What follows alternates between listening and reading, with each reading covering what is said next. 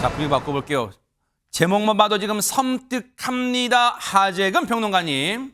지난 20일에 인천의 한 빌라에서 50대 남성이 숨진 채 발견이 된 겁니다. 그래서 경찰이 출동해서 단순 변사 사건으로 확인을 하고 이제 변사자의 사진을 찍었는데 네. 그 사진에는 변사자가 1,100만 원 상당의 금목걸이, 20돈 금목걸이를 하고 있는 모습이 찍혔습니다. 찍혔는데 네. 조금의 시간이 흐른 후에 현장에 과학수사대가 도착해서 네. 또 사진을 찍었거든요. 그랬죠. 근데 거기에는 이 변사자가 20돈 금목걸이를 하고 있지 않은 거예요. 그러니까 그 잠깐의 사이에 금목걸이가 사라진 겁니다. 어머나? 그런데 과학수사대가 도착하기까지 네. 현장에 출입한 사람은 경찰관 4명 그리고 검시조사관 1명 뿐이었습니다. 아니 보통 안진용 기자님 보통 이럴 때 우리가 쓰는 표현이 있잖아요. 아니 금목걸이에 발이 달렸나? 그 사이에 어디로 사라진 거야? 이런 말 하잖아요. 네, 그런 귀신이 고칼 노릇이기 때문에 경찰들 사이에서도 의심을 했습니다. 그러겠죠. 그래서 결국은 서로의 결백함을 증명하기 위해서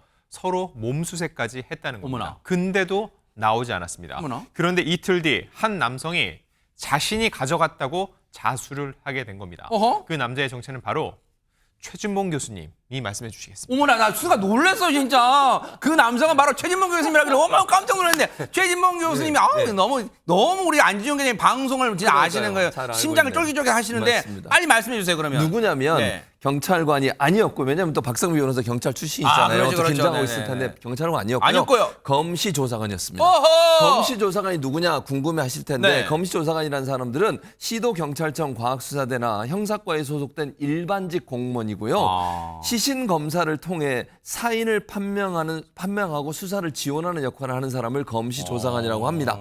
그날 검시조사관 한 명이 경찰과 함께 출동을 했거든요, 현장에. 그리고 그날 오후 2시쯤에 현장에 출동한 경찰관들이 집 밖을 조사하기 잠깐 나간 적이 있었어요. 그 사이에 이 검시관이 시신에서 금목걸이를 빼내서 본인의 운동화 안에 숨겼습니다. 네. 그래서 경찰은 해당 검시관을 긴급 체포를 했는데요. 해당 검시관 뭐라고 진술을 했냐면 시신을 확인하다가 순간적으로 욕심이 생겨서 훔쳤다, 이렇게 진술을 했습니다. 욕심이 생겼다는 말로 이 죄가 덮이진 않을 거 아니에요. 지금 구속 전 피의자 신문, 그러니까 구속영장 실질심사를 받으러 가는 모습 보시고 이어가 보도록 하겠습니다. 시신에 있던 목걸이 훔치신 이유가 뭔가요? 이전에도 검시 중 물품 훔치신 적 있으세요? 현장에서 범행 처음에 부인하신 이유가 있습니까? 당연히 기자들이 저런 질문 나올 수밖에 없을 거 아니에요. 박성배 변호사님, 이번이 처음이 아니고 그전에도 혹시 비슷한 짓을 했어요? 라고 물어보잖아요, 지금. 참고로 이 검시 조사관의 경력은 3년입니다. 일단은 그동안 시신의 물품 등이 사라진 사건은 없다고 하는데 아마 경찰은 다시 한번 기존 사건들을 확인해 보는 과정을 밟을 것입니다.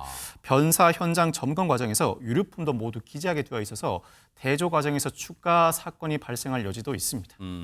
혹시요, 박성배 변호사님도 현직 경찰에 계셨을 때 이런 사건 현장에서 이런 일이 왕왕 있긴 합니까? 어떻습니까? 전혀 없습니다. 저도 변사체 검시 종종 나가봤는데 이와 같은 일은 들어보지도 본 적도 없는 것 같습니다.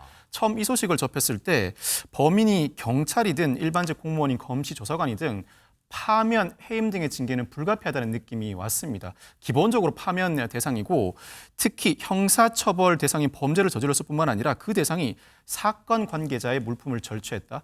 파면 대상일 뿐만 아니라 그동안의 공작을 감안한다면 해임 대상으로서 선처의 여지가 거의 없습니다. 네. 자, 그런 나쁜 짓을 저질렀으면 당연히 조금 전에 구속영장 심사 받는 모습 봤으니까 허준 변호사님 당연히 구속됐겠죠? 구속이 받아들여지지 않았습니다. 영장 청구가 기각이 된 건데요. 주말에 영장 실질심사가 이루어졌기 때문에 당직 판사가 실질심사에 참여를 했는데 지금 절도혐의 받고 있거든요. 이 검시조사관은 구속되지 않았습니다. 허허.